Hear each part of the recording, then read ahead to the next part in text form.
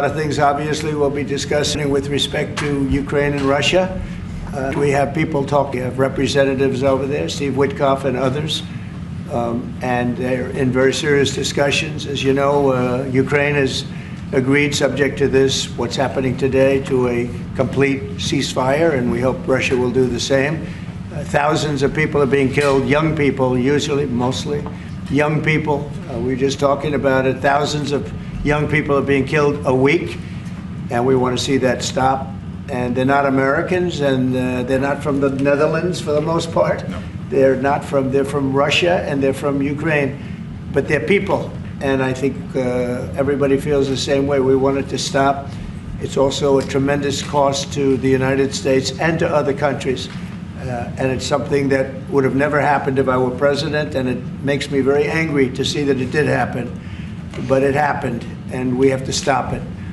And Mark has done some really good work over the last week. We've been working together, and he's done some really good work, so I'm very happy about that. We'll also be talking about trade and various other things, and I think we'll have a very, very strong day. We're going to have lunch afterwards, that'll go, and then we'll see you all later. But Mark, would you like to say something? Yeah, first of all, thank you so much, Mr. President, dear Donald, again for hosting me, and but also for taking time in Florida. A couple of weeks after you were re-elected. That's right. And of course our phone call a couple of weeks ago, and I must say, Trump 45, you originated the fact that in Europe we are now spending, when you take it to aggregate, 700 billion more on defense than when you came in office in 2016, 2017. But that was Trump 45. But when you look at Trump 47, it's going to be hard to tell. What happened the last couple of weeks is really staggering. The Europeans committing to a package of 800 billion defense spending. The Germans now, potentially up to $500 billion extra in defense spending. And then of course you had Keir Starmer here, the British Prime Minister, and others, all committing to much higher defense spending. We're not there, we need to do more, but I really want to work together with you in a run-up to the Hague Summit to make sure that we will have a NATO which is really reinvigorated under your leadership, and we are getting there. We also discuss defense production because we need to produce more weaponry. We are not doing enough. Not in the US, not in Europe, and we are lacking behind when you compare to the Russians and the Chinese. And you have a huge defense industrial base. Europeans buying 4 times more here than the other way around, which is good because you have a strong defense industry, but we need to do more there to make sure that we ramp up the production and kill the red tape. So I would love to work with you on that. And finally, Ukraine, you broke the deadlock. As you said, all the killing, the young people dying, cities getting destroyed. The fact that you did that you started the dialogue with the Russians, and the successful talks in Saudi Arabia now with the Ukrainians. I really want to commend you for this. So, The Hague is my hometown. I love to host you there in the summer and work together to make sure that that will be a splash, a real success, projecting American power on the world stage. What Mark is saying is when I first went to NATO, my first meeting, I noticed that very few people were paying. And if they were, they weren't paying their fair share. There were only 7 countries that were paying what they were supposed to be paying, which was... 3. Yeah, it's even worse. It could be even worse. But there were just very few countries that were paying, and even the paying, it was at 2%, which is too low. It should be higher. It should be quite a bit higher. But you had Poland, and I remember Poland was actually paying a little bit more than they were supposed to, which I was very impressed with. They've been actually terrific, and some of the others. But most of them weren't paying, or they were paying very little.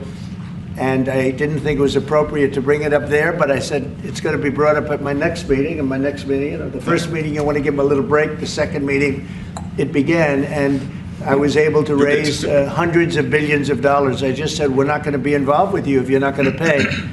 And the money started pouring in, and NATO became much stronger because of my actions and working along with a lot of people, including Mark. But they would not pay for other presidents, and I don't think other presidents even knew that they weren't paid. I asked, first question, has everybody paid up? And literally, I mean, they told me 7. You could be right, it could be 3, but that makes it even worse. But they just weren't paying. And I said, no, I won't protect if you're not paying. If you're delinquent or if the money isn't paid, why would we do that? And as soon as I said that, got a little hit from the press because they said, oh, gee, that's not very nice. But if you said the other, nobody would have paid. And the money started coming in by the billions. And, hundreds of billions of dollars flowed into NATO, and NATO became strong. Yeah. And you remember that. Your predecessor, who I thought was a very good man. Absolutely. Actually. Yes, Stoltenberg. He sends his best greetings. He was terrific. Stoltenberg, Secretary General. Great And man. he made the statement that when Trump came in, the money started coming in like we never saw before. Hundreds of billions, actually probably close to $600 billion came in, and NATO became strong from that standpoint. And now we have to use it wisely, and we have to get this war over with, and you'll be back to a normal, much more normal life. And maybe we're close. We're getting words that things are going okay in Russia, and it doesn't mean anything until we hear what the final outcome is. But they have very serious discussions going on right now with President Putin and others. And hopefully they all want to end this nightmare. It's a nightmare. It's a horrible thing when you look. I get pictures every week. They give me the pictures of the battlefield, which I almost don't want to see. It's so horrible to see young people laying arms and legs and heads laying all over the field. It's the most terrible thing that you'll ever see. And it's got to stop. These are young people with mothers and fathers and sisters and brothers and friends, and it's got to stop. So we hopefully are going to be in a good position sometime today to have a good idea. We'll have we know where we are with Ukraine, and we are getting good signals outside of Russia as to where we are with Russia. And hopefully they'll do the right thing. It's really humanity. We're talking about humanity. We're not talking about the money. But then you add the money to it, and hundreds of billions of dollars is being spent and really wasted so unnecessarily. It should have never happened. So it's an honor to have you here. They picked a great gentleman. I'll tell you, I was so happy to hear, because you had somebody. Stoltenberg was really good, and you have somebody that's going to do an incredible job. And I was so much in favor of you. You have no idea. They had another person that I did not like. I was not happy. And I think I kept him from, you know what I'm talking about. I said, this is the right man to do it. And he really did. He was a great prime minister of the Netherlands. He did a great job. And that's what he's doing right now. So thank you, everybody, for being here. And it's a very great honor to have you. And we even have some of our great energy people here today, right? We have the governor, and we have Chris, Chris, right? Absolutely. He's supposed to be the most talented man in the world of energy, according to the governor. So I don't know if he's right. And we have General, you've been fantastic. Thank you very much. And we have a lot of good people that won't be so much involved with this, but they wanted to see what was happening. It's become a little bit of a show, but they wanted to see what was happening, and I think a lot of good things are happening. So with that, if anybody would have a question. Mr. President, on Russia. Please, go ahead. So Adam, Sorry. In Steve Witkoff's trip to Moscow, you spoke about it. What sort of agreement do you hope he comes away from there with? Well, we'd like to see a ceasefire from Russia. And we have, not been working in the dark. We've been discussing with Ukraine land and pieces of land that would be kept and lost, and all of the other elements of a final agreement. There's a power plant involved, a very big power plant involved. Who's going to get the power plant, and who's going to get this and that? And so, it's not an easy process. But phase one is the ceasefire. A lot of the individual subjects have been discussed, though. We've been discussing concepts of land, because you don't want to waste time with a ceasefire if it's not going to mean anything. So we're saying, look, this is what you can get, this is what you can't get. They discussed NATO and being in NATO, and everybody knows what the answer to that is. They've known that answer for 40 years, in all fairness. So a lot of the details of a final agreement have actually been discussed. Now we're going to see whether or not Russia's there, and if they're not, it'll be a very disappointing moment for the world. Yeah. Vladimir Putin just said he is open to a ceasefire, but he does still have some concerns. He suggested that you two should speak directly. Do you have plans to speak to him soon? If so, when are you confident you can get this across the table? Sure. He did say that today. It was a very promising statement, because other people are saying different things, and you don't know if they have anything to really, if they have any meaning, or I don't know. I think some of them were making statements. I don't think they have anything to do with it. No, he put out a very promising statement, but it wasn't complete.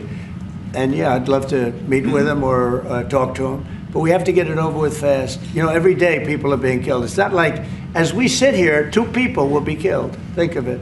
2 people are going to be killed during this little period of time.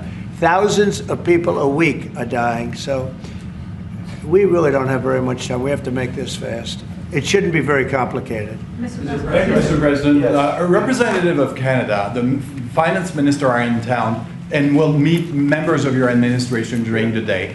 Any chances that you will ban on the tariffs on aluminum and the ones that are planned for April 2nd? No. You are not going to change your No, mind? not. Look, we've been ripped off for years, and we're not going to be ripped off anymore. No, I'm not going to bend at all. Aluminum or steel or cars, we're not going to bend. We've been ripped off as a country for many, many years. We've been subjected to costs that we shouldn't be subjected to. In the case of Canada, we're spending $200 billion a year to subsidize Canada. I love Canada. I love the people of Canada. I have many friends in Canada. The great one, Wayne Gretzky, the great. Hey, how good is Wayne Gretzky? He's the great one. But we have, I know many people from Canada that are good friends of mine. But, you know, the United States can't subsidize a country for $200 billion a year. We don't need their cars. We don't need their energy. We don't need their lumber. We don't need anything that they give. We do it because we want to be helpful, but it comes a point when you just can't do that. You have to run your own country. And to be honest with you, Canada only works as a state. It doesn't. We don't need anything they have. As a state, it would be one of the great states anyway. This would be the most incredible country visually. If you look at a map, they drew an artificial line right through it between Canada and the U.S. Just a straight artificial line. Somebody did it a long time ago, many, many decades ago, and makes no sense. It's so perfect as a great and cherished state. Keeping "O Canada," the national anthem. I love it. I think it's great. Keep it. But it'll be for the state, one of our greatest states. Maybe our greatest state. But why should we subsidize another country for $200 billion? It costs us $200 billion a year. And again, we don't need their lumber. We don't need their energy. We have more than they do. We don't need anything. We don't need their cars. I'd much rather make the cars here. And there's not a thing that we need. Now, there'll be a little disruption, but it won't be very long.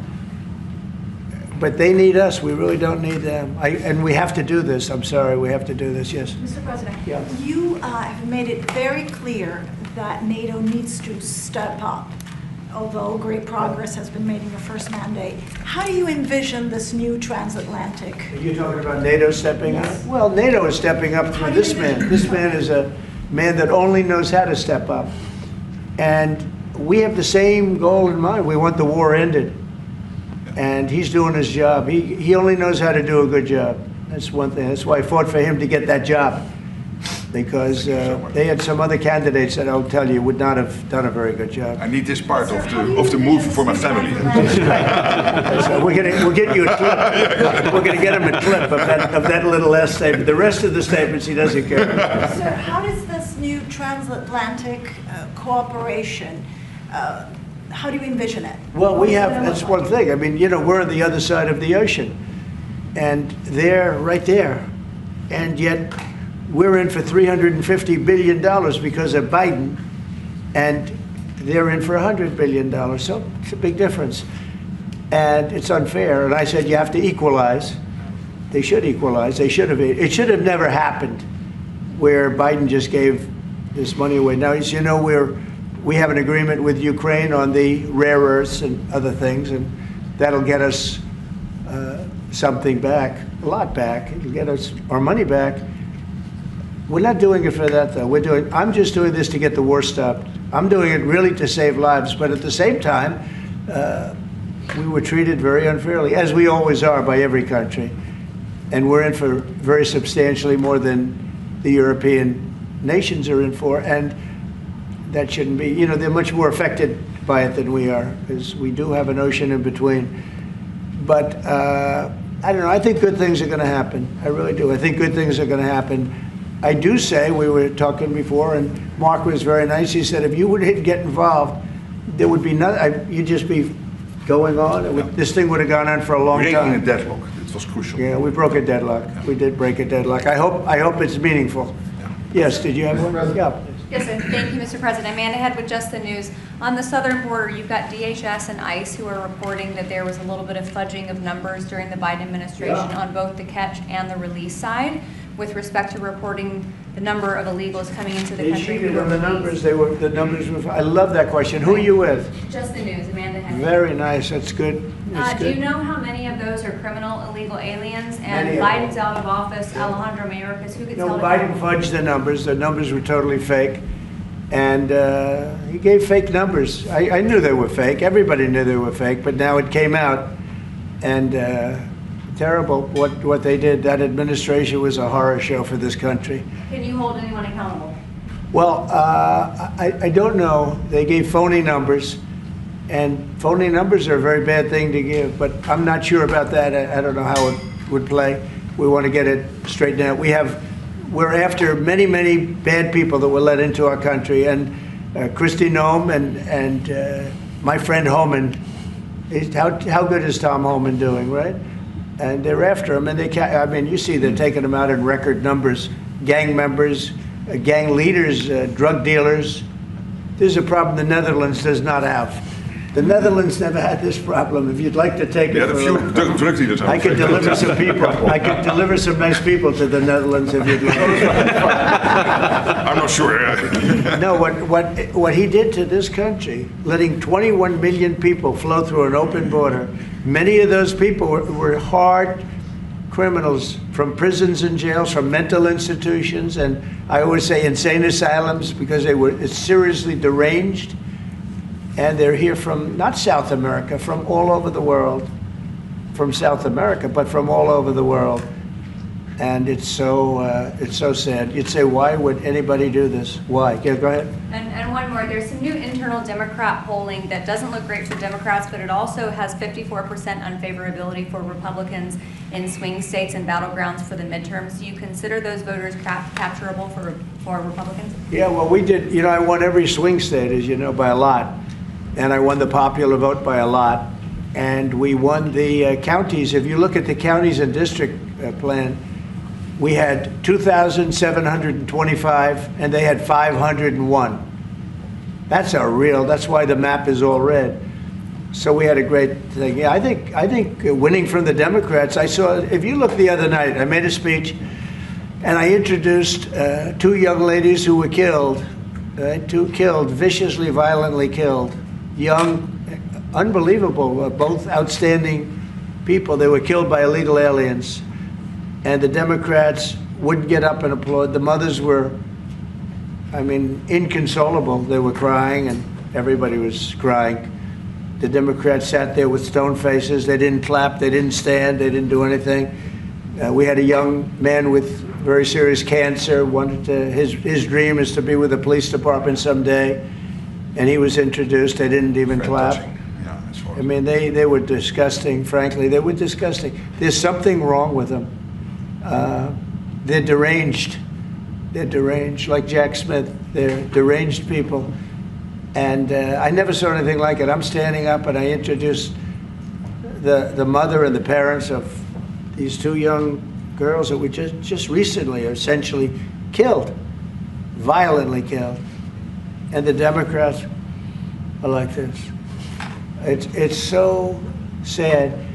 And I saw this morning where one of them is pretty well known, one is fighting like crazy over men being able to play in women's sports. I said, I thought that was tried. I thought that was about a 95%, I think it's a 95% issue. But in a way, I want them to keep doing it because I don't think they can win a race. I tell the Republicans, I said, don't bring that subject up because there's no election right now. But about a week before the election, bring it up because you can't lose. And everything's transgender this, transgender that. They have bad politics, but one thing, they stick together. I wish, and the Republicans stick together mostly, but we have a couple that are grandstanders. You always have grandstanders in life. But the Democrats, they have grandstanders, but when it comes to a vote, they do stick together, right? Yes, sir. It seems So- like they'll stick together on the shutdown. Will that hurt Democrats going into midterms?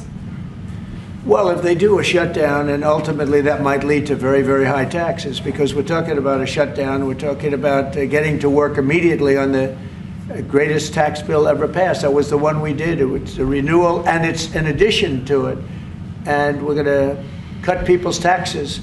And if we don't open, the Democrats are stopping all of these good things that we're providing. We're providing the greatest package of benefits that this country's ever provided. The biggest part of that's going to be tax cuts for the middle class and for businesses, small businesses, employers, people that hire people in jobs.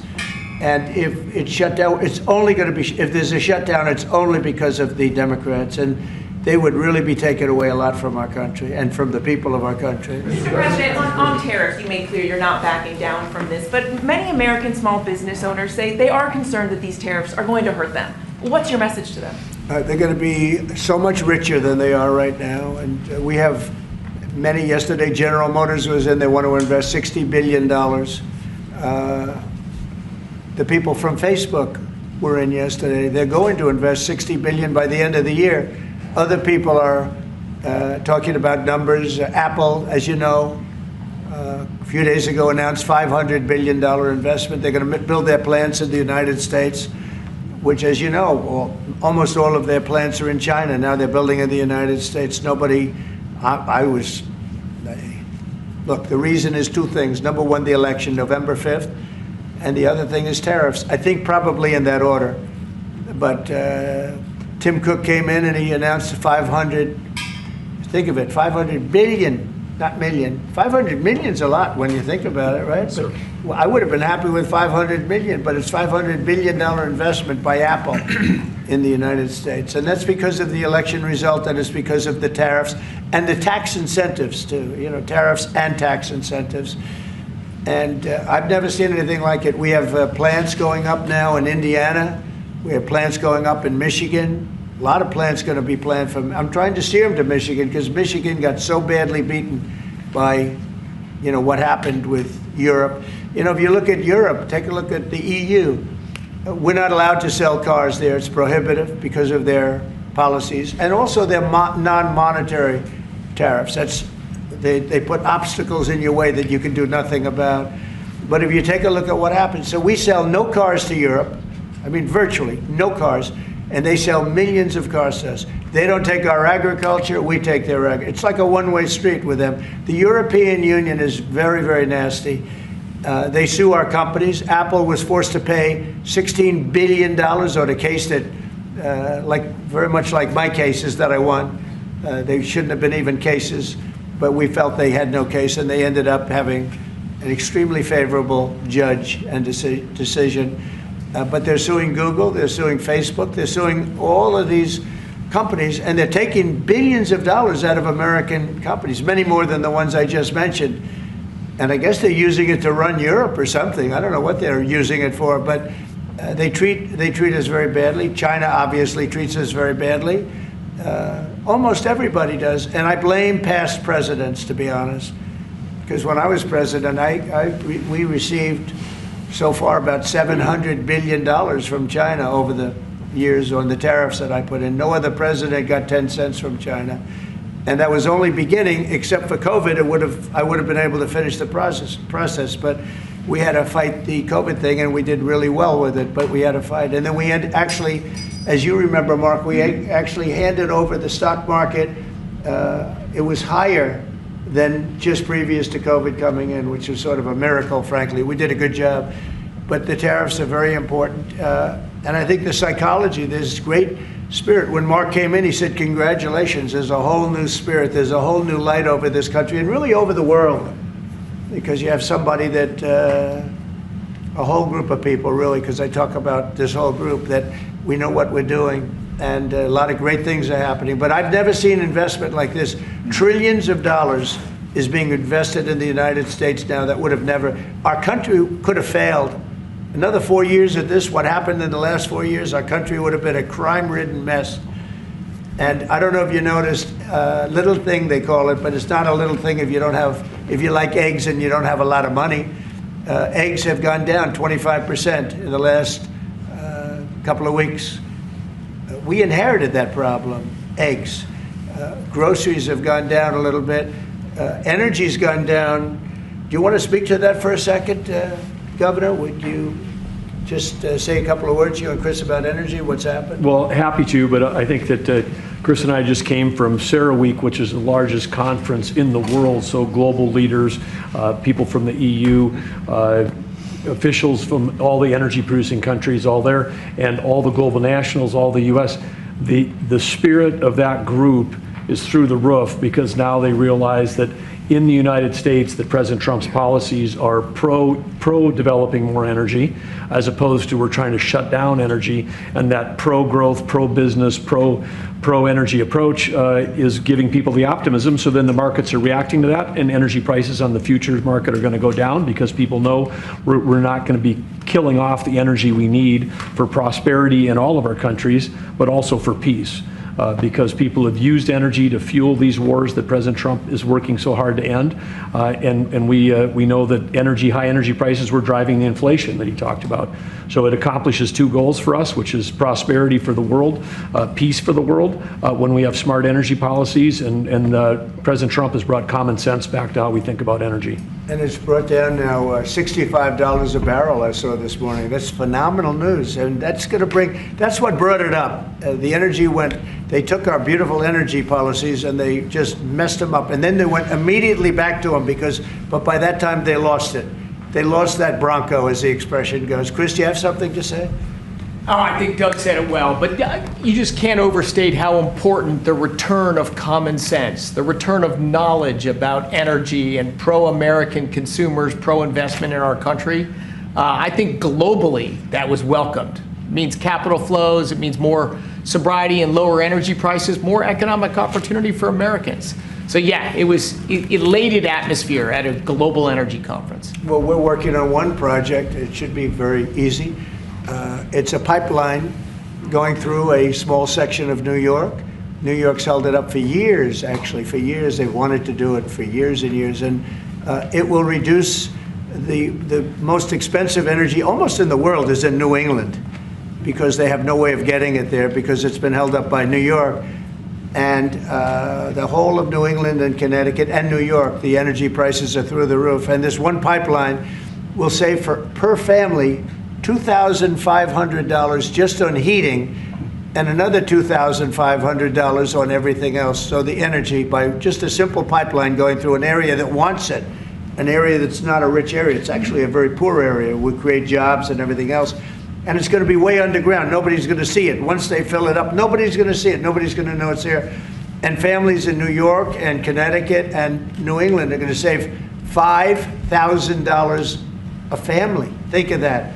Because right now they have the highest energy prices maybe in the world, they say. New England is a disaster. So we're working on that. In fact, the governor's coming in, Governor of New York, Kathy Hochul, who's a very nice woman. She's coming in tomorrow morning at 9 o'clock to meet me on that and other things. Not only that, but other things. So I hope we don't have to use the extraordinary powers of the federal government to get it done. But if we have to, we will. But I don't think we'll have to. I can tell you Connecticut wants it and all of New England wants it. And who wouldn't want it? And it's also jobs on top of everything else.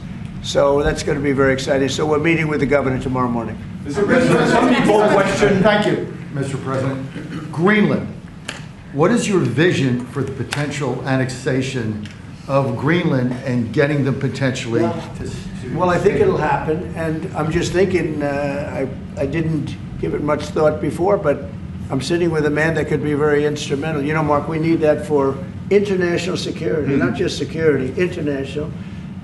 We have a lot of our favorite players, cruising around the coast, and we have to be careful.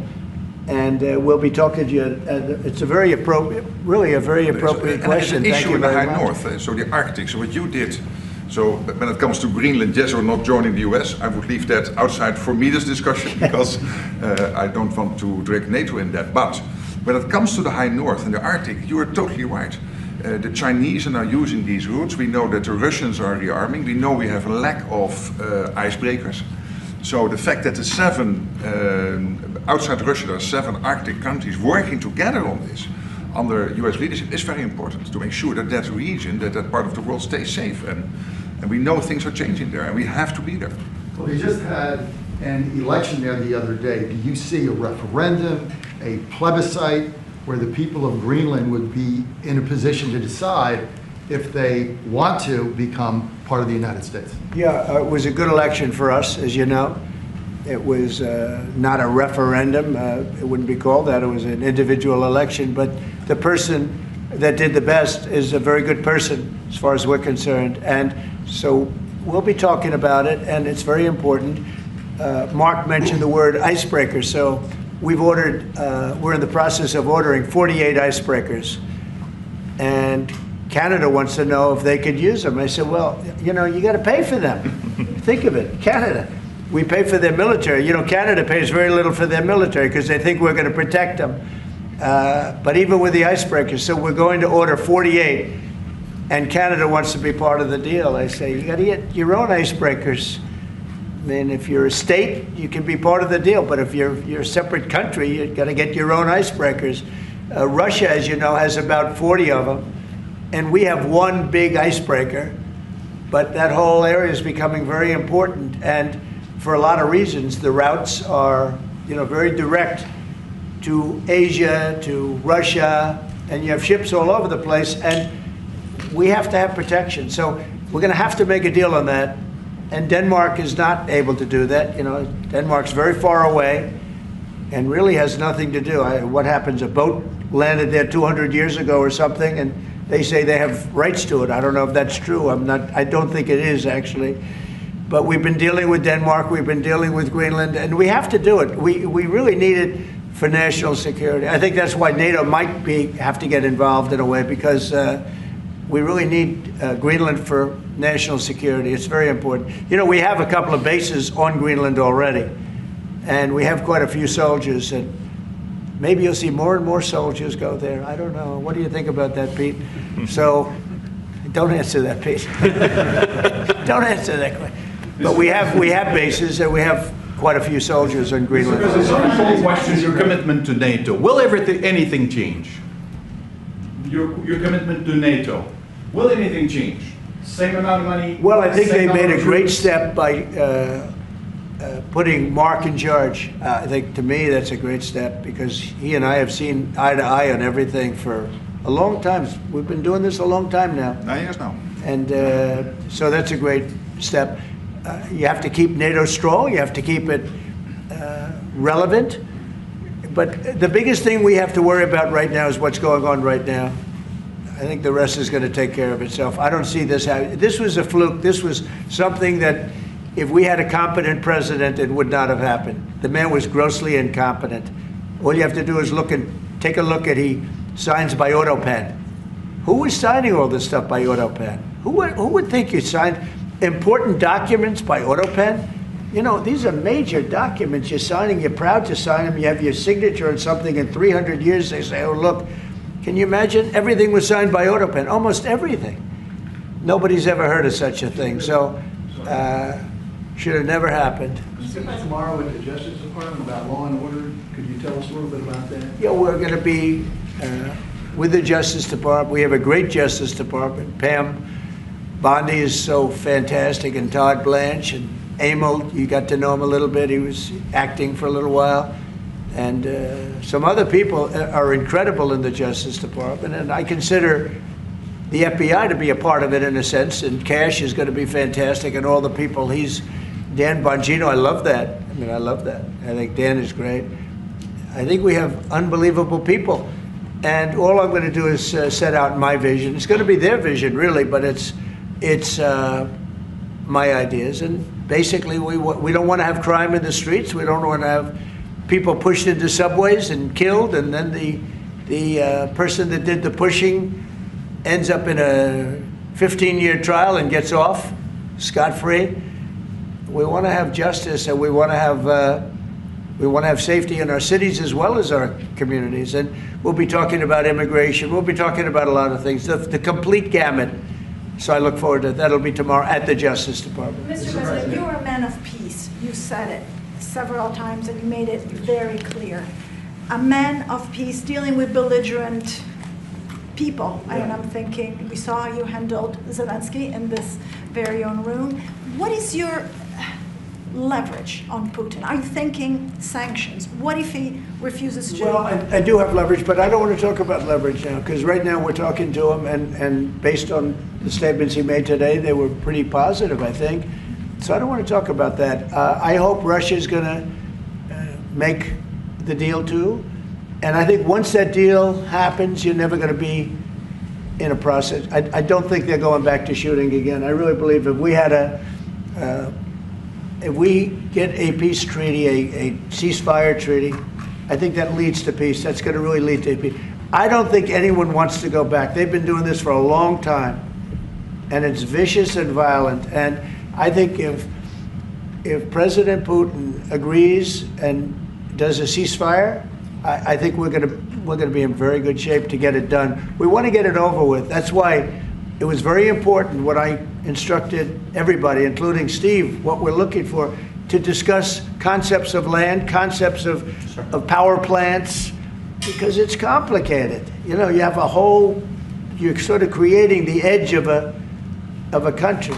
The sad part is that country, if this didn't happen, and it wouldn't have happened, I don't know if they would have to give anything back. I guess Crimea, you know, I said it last time, Crimea was given by Obama. Biden gave him the whole thing, and Bush gave him Georgia. And Trump didn't give him anything. I gave him, you know what I gave him? I gave them javelins. And the javelins were very effective, as you know. I gave them nothing. 2019. And then also, if you take a look, I was the one that stopped the pipeline going into Europe. It was totally stopped. Nord Stream 2, nobody ever heard of Nord Stream 2 before I came along. But I got along very well with President Putin. I got along with most of them. I get along great with President Xi. I got along great with Kim Jong-un. I got along great with all of them. And we had no wars. We had no problems. We wiped out ISIS in record time. General Raisin Kane, and he wiped them out. And he was going to be our new chief, right? He's going to be the head of Joint Chiefs of Staff. And he's a highly respected man. He's going to be great. Pete's going to be fantastic. I have no doubt about it. We have a great team, really great team. Yeah, please. Go ahead, please. Mr. President, some of our allies have said that they're worried that they could be the next to be attacked by Russia. You've spoken directly with the Russian president. Yeah. Do you think those fears are justified? No, I don't. I think when this gets done, it's done. They're going to all want to go home and rest. I don't see it happening. Nope, I don't see that happening. And we'll make sure it doesn't happen. Not going to happen, but we'll make sure it doesn't happen. Yeah, go ahead, please. Leaders from Russia and Iran are heading to Beijing tomorrow to discuss nuclear programs. What do you hope to get out of that? Well, maybe they're going to talk about non-nuclear programs. Maybe they're going to be talking about the de-escalation of nuclear weapons, because, you know, I was talking about that with President Putin very strongly, and we could have done something had that election not been rigged. We would have had something. I think I would have made a deal with Putin on de-escalation, denuclearization, as they say. But we would have de-escalated nuclear weapons, because the power of nuclear weapons is so great and so devastating. And right now, Russia and us have by far the most, but China will catch us within 5 years. China doesn't have, but they're in the process of building, and they build. And within 4 or 5 years, they'll probably have the same. And by the way, this is a Republican tradition. Ronald Reagan, when he negotiated with Gorbachev in the 1980s about bringing down the number of nuclear weapons, it's what you have been doing your first term, and it is important. It would be a great achievement if we could bring down the number. We have so many weapons, and the power is so great. And number one, you don't need them to that extent. And then we'd have to get others, because, as you know, in a smaller way. Kim Jong-un has a lot of nuclear weapons, by the way, a lot.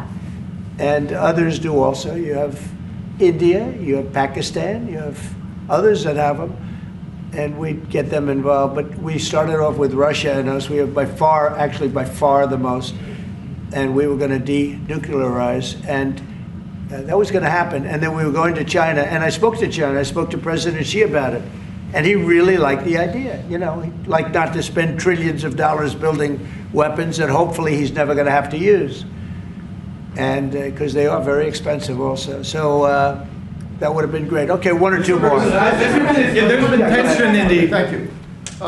We're looking at an impending government shutdown Friday at midnight. Yeah. Democrats for 30 years straight have said if there's a shutdown, bad things happen. Do you anticipate direct negotiations yourself with conference leader of the Democrats, Chuck Schumer? If they need me, I'm there 100%. It's right now it's 2 or 3 people. If it shuts down, it's not the Republicans' fault. You know, we passed a bill where we had an incredible Republican vote. We only had 1 negative vote, a grandstander, you know, 1 grandstander. There's always a grandstander in the lot. But it was amazing. People were amazed that the Republicans were able to vote in unison like that, so strongly. If there's a shutdown, even the Democrats admit it'll be their fault. And I'm hearing a lot of Democrats are going to vote for it, and I hope they do. This is an extension. But ultimately, we want to vote for one big, beautiful bill where we put the taxes in, we put everything in. We're going to have big tax cuts. We're going to have tremendous incentives for companies coming into our country and employing lots of people. It'll be, I called it, in a rare moment, one big, beautiful bill. That's what I like, and it seems to be that's where they're heading. And we'll have to take care of something to do with Los Angeles. A place called Los Angeles almost burned to the ground. By the way, I broke into Los Angeles. Can you believe it? I had a break-in. I invaded Los Angeles, and we opened up the water, and the water is now flowing down. They have so much water, they don't know what to do. They were sending it out to the Pacific for environmental reasons. Okay, can you believe it? And in the meantime, they lost 25,000 houses. They lost, and nobody's ever seen anything like it. But we have the water. I'd love to show you a picture. You've seen the picture. The water is flowing through the half pipes. You know, we have the big half pipes that go down. 25 years ago, they used to have plenty of water, but they turned it off for environmental reasons. Well, I turned it on for environmental reasons and also fire reasons. But and I've been asking them to do that during my first term. I said, do it. I didn't think anything like could happen like this, but they didn't have enough water. Now the farmers are going to have water for their land, and the water is in there. But I actually had to break in. We broke in to do it because we had people that were afraid to give water. They were, in particular, they were trying to protect a certain little fish. And I say, how do you protect a fish if you don't have water? They didn't have any water, so they're protecting a fish. And that didn't work out too well, by the way. So they have a lot of water going down throughout California, all coming out from the Pacific Northwest, even some from Canada. Thank you, Canada, very much. I appreciate it. Next thing you know, they'll want to turn the water off. They want to charge us for the water. But it comes up from the Pacific Northwest, and it's a beautiful thing to see. I mean, it is brimming with water. Now, if they would have had that done, you wouldn't have had the damage because the fire would have been put out. The fire hydrants would have been loaded. The sprinklers in people's living rooms and bedrooms would have been loaded up with water. They had no water. The government makes them put sprinklers, and they had no water in the sprinklers because they had no water. So the water is flowing, and we're going to have to give a lot of money to Los Angeles to help them. And the Democrats are going to want to do that. So that's the one thing different. And frankly, I think that makes it a lot easier. But one of the big thing is we have the big, beautiful bill. We got to get that done. And that will put our country in a position like it's never been. It's a reduction of taxes. It's tremendous incentives for companies to come from all over the world into our country. It's great environmentally. But it's not this environmental scam that we went through, that we all went through. It provides for everything. It's a big, beautiful bill, and I hope we can get it approved, and that'll be next. But in the meantime, we have the continuing resolution, and the Republicans have approved it, and now the Democrats have to approve it, and I hope they will. And I think a lot of them, I can tell you, they want to. I've spoken to some of them. They really want to. Their leadership may not want them to. And if it closes, it's purely on the Democrats. One more? On Korea, sir, we've seen tension increasing in the peninsula. You've talked about Kim Jong-un. Do you have any plans of re-establishing the relationship you had during the first mandate? Well, I would. I had a great relationship with Kim Jong-un, North Korea. If I wasn't elected, if Hillary got in, you would have had a nuclear war with North Korea. He expected it. He expected it. And they said, oh, thousands of people. No, millions of people would have been killed. But I got in. We went to Singapore, we met. We went to Vietnam, we met. We got along really good. We had a very good relationship, and we still do. We still do. You don't have that threat that you had. I mean, look, when I was running the first time, it looked like there was going to be a war with North Korea. You know that better than me. Tensions were high. Yeah. And everybody it started off. was startled that you invited him for talks. Right. But you did. It started off very rough. And he wouldn't meet with Obama, wouldn't take his calls. I said, how many times did you call? They called a lot. He wouldn't take their call. He told me I wouldn't take his call. But with me, it did start off rough, if you remember. Very rough, actually, very nasty. That was a Singapore? And yeah, but then, no, before that, then it stopped. The rhetoric was extremely tough. It was... you had a speech in the UN, I remember. Yeah, that's right. It was a little bit dangerous. And then we met. They asked for a meeting, and then we met. And the meeting caused the Olympics, which was in South Korea, to become a tremendous success. Nobody was buying tickets for the Olympics because they didn't want to be nuked. And I met, and not only did the Olympics become successful, but North Korea participated in the Olympics. His sister visited. It was an amazing thing. And that was something that was an achievement of the Trump administration, great achievement. And so I have a great relationship with Kim Jong-un, and we'll see what happens, but certainly he's a nuclear power. Okay? Thank you very much, everybody. Thank you. Thank you very much. Thank you very much. It is now the official that you spend more time as the minister your predecessor. It's really now. Well, I would say you passed the threshold. I think just now. Just now, I think. Just now I spent more time than the rest of 4 years. Well, they'd ask a question, and you'd have 5 guys come and grab them and hold on. If they ever did that with you,